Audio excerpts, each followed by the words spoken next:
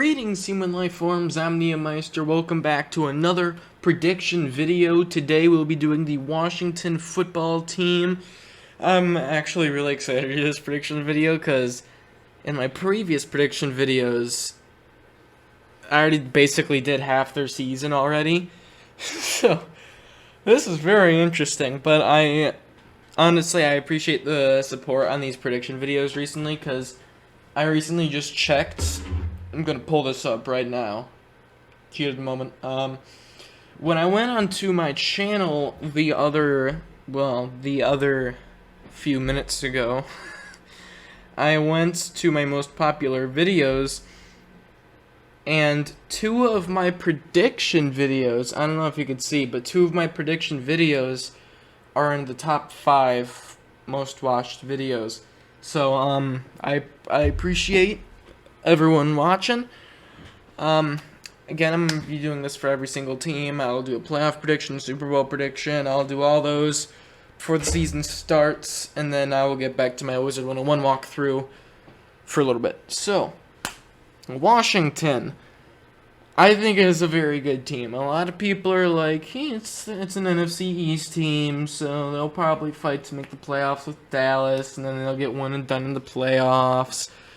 I think this team is a lot more than that. Everyone thinks they have a really good defense.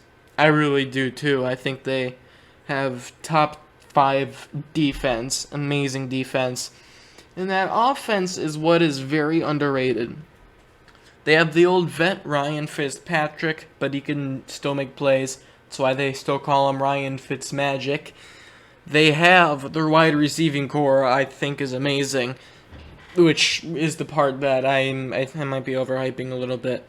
But they have Scary Terry McLaurin, Curtis Samuel, and a lot of people don't really know of this guy anymore, but I think he's a good receiver still. Adam Humphries. That's a great trio, in my opinion. I absolutely love that receiving core over there in Washington. And Antonio Gibson, the younger running back, which ran close to, or if not, 1,000 yards last year, which is really good. Obviously, especially for a rookie like Antonio Gibson. So I really like this team. So let's get into this prediction. And with week 1, hosting the Los Angeles Chargers, I'm going to give this a close Washington win. I think that defense is going to get to Herbert. Probably not too much, but the secondary will definitely step up this first game here. Well, really, I think it probably comes down to the offense here. I think the offense is going to have a little bit of a better running game than the Chargers, which is going to allow them to milk the clock and win that game over there week 1. Week 2 now, hosting the New York Giants, back-to-back home games. This game is on Thursday Night Football. Hosting the Giants. Giants, another team that has a really solid defense and potentially a really good offense if Daniel Jones can take that next step. If Daniel Jones can take that next step, that's going to be a really scary offense with Saquon Barkley and Kenny Golladay in the field. So if Daniel Jones can throw the football to Kenny Golladay, this is potentially a playoff team. But I don't know how good Daniel Jones is going to be, or bad, who knows. I'm going to go with Washington, safe win, 2-0 to start off the season. Week 3, first road game of the season at Buffalo to take on the Bills. Bills, obviously, top 5 offense in the league. Josh Allen, Stephon Diggs were electric last year, and receiving core was just absolutely amazing as well. We don't really know what's going to happen with Cole Beasley. All we can assume is that he's going to be playing next season. But there's some rumors out there that he might not return, or that he would retire. He wouldn't go to any other team, I don't think. But yeah, and their defense is another interesting. They were really good in 2019. They lost a couple defensive linemen. Secondary was basically the same, and they struggled. But now we signed a bunch of defensive linemen in free agency, mostly no-namers. But we also drafted multiple defensive linemen, mainly edge rushers.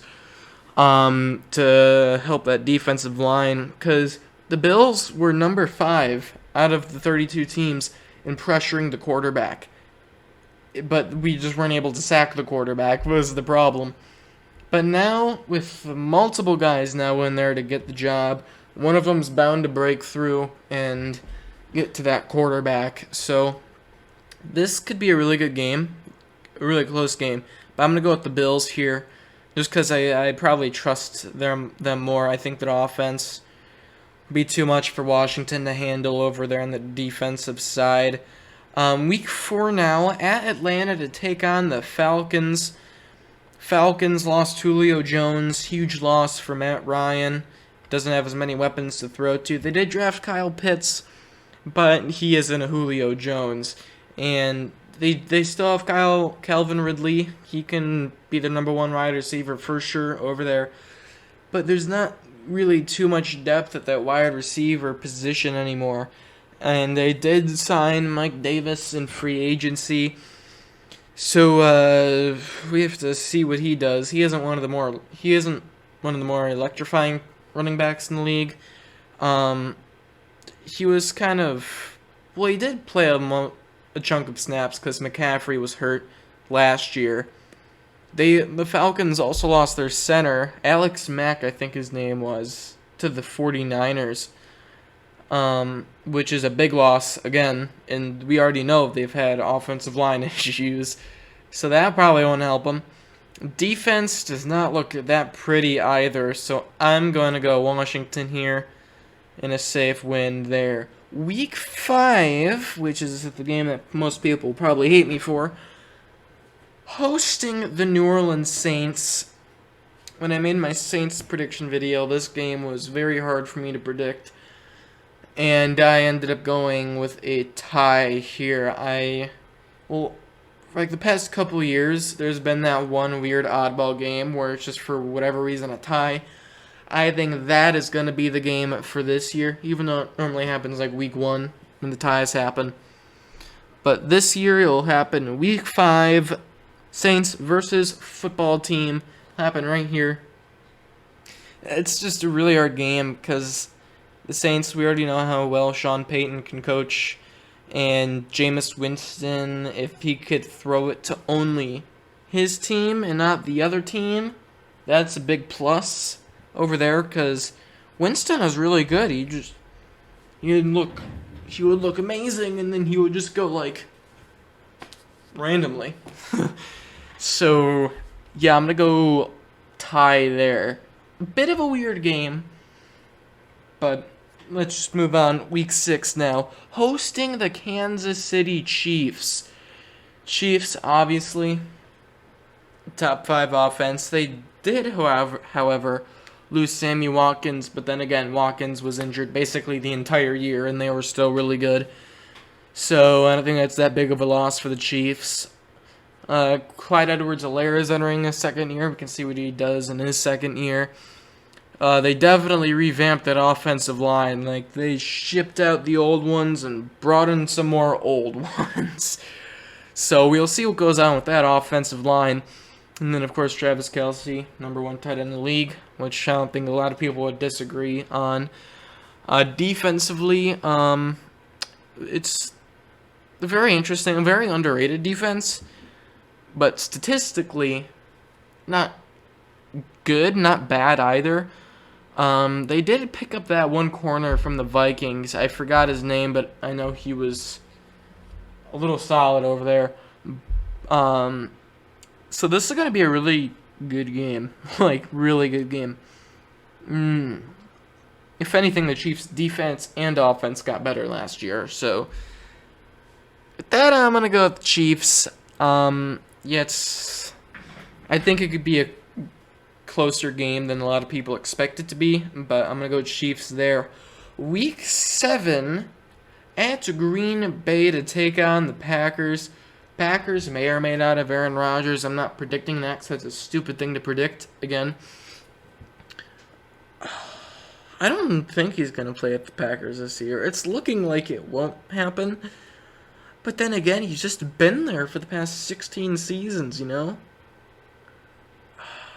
But with Aaron Rodgers, top 5 offense, outstanding offense.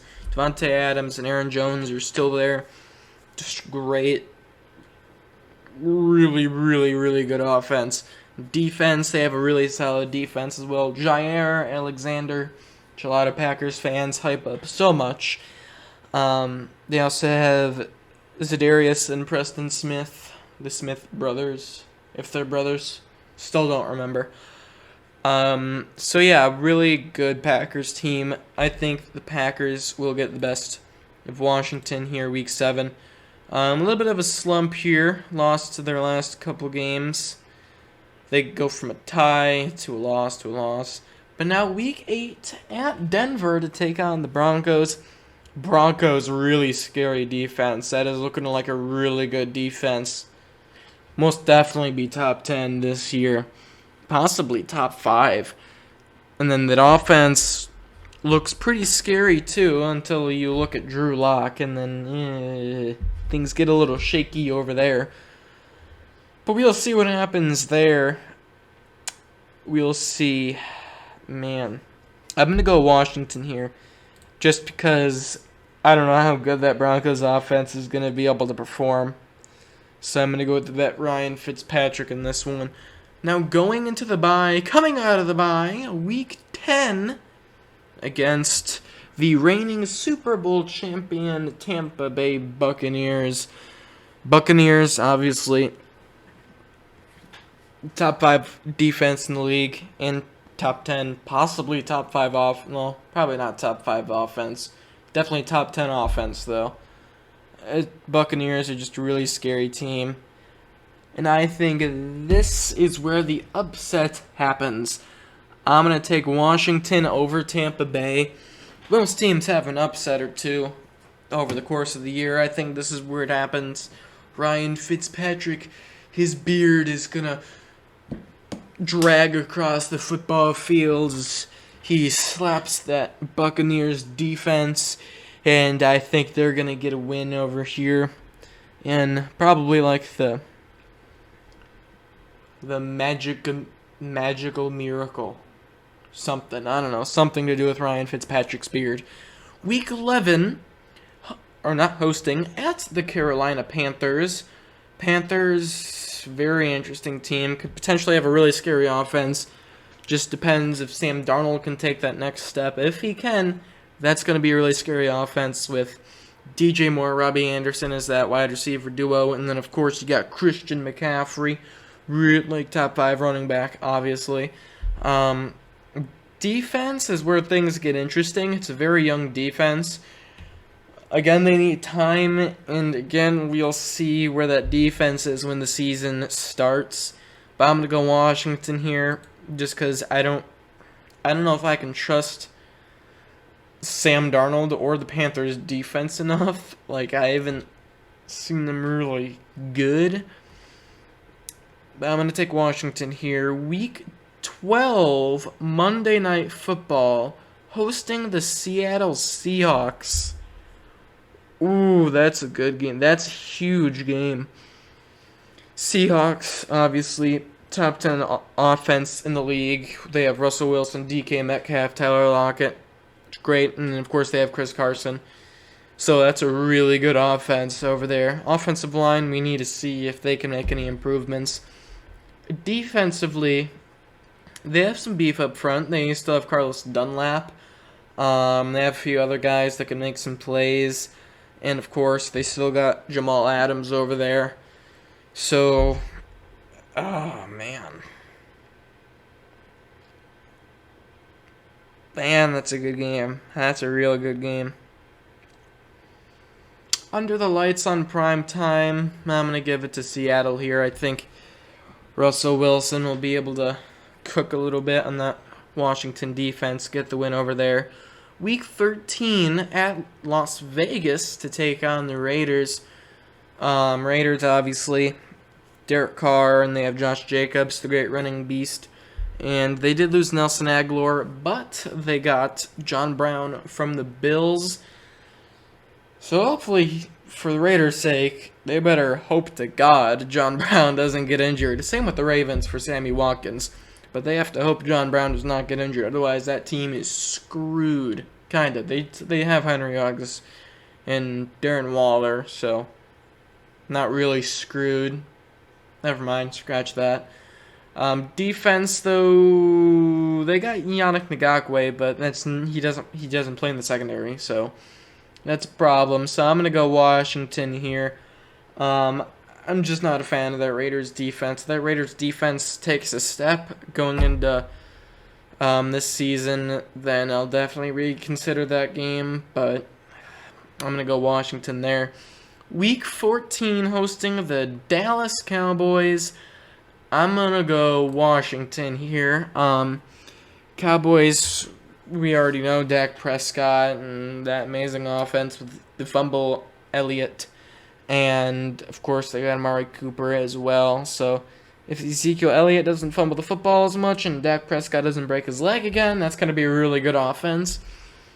Defense, yeah, it's a young defense, so we have to wait and see how they perform. But I'm going to give Washington the win there. Week 15 at Philadelphia to take on the Eagles. Eagles coming off their bye, most likely have Jalen Hurts as their starter. They have a very young wide receiver core, so we have to wait and see what they do there. Defensively, very veteran team. They have a lot of old guys up on that defensive line. And then, of course, they got Darius Slay, who took a major step back last year. He did not look too good last year. So I'm going to go Washington here. I don't think they have to worry about the Eagles too much in that game. Week 16, though, at Dallas to take on the Cowboys. I'm going to switch it around and go Cowboys here. The Cowboys and Washington are the two teams that are going to fight for the NFC East, so I think they're going to split here. Yeah.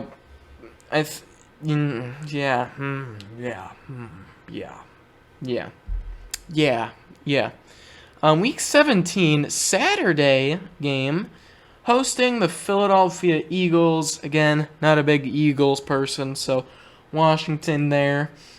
Week 18, the last week of the season, at New York to take on the Giants. Ooh. Potentially for the division. It's actually not for the division, because I already know the Giants' record. But, last game of the season, I'm going to go Giants here. I think Giants are going to beat Washington in the last game of the season, because Washington already clinched the division week 17 against the Eagles. So they're going to be resting Fitzmagic for the playoffs. Unless, Going to be resting Fitzpatrick, so have the Giants winning there. A 10-6-1 record for Washington, 4-2 in the division, 5-2-1 at home, 5-4 on the way. Away, kind of mixed there versus winning team. That actually means nothing because I didn't finish any of the predictions yet. So 10-6-1 for Washington, really good season. Probably make the playoffs with that record. Real quick, I do have a Twitch that I do stream on. I've been streaming more recently over on Twitch. I will not be notifying you people on YouTube when I'll be streaming. So you have to follow me on Twitch so you know when I go live. I'll leave a link to my Twitch in the description below. I'll also leave my Twitter and Instagram in the description below.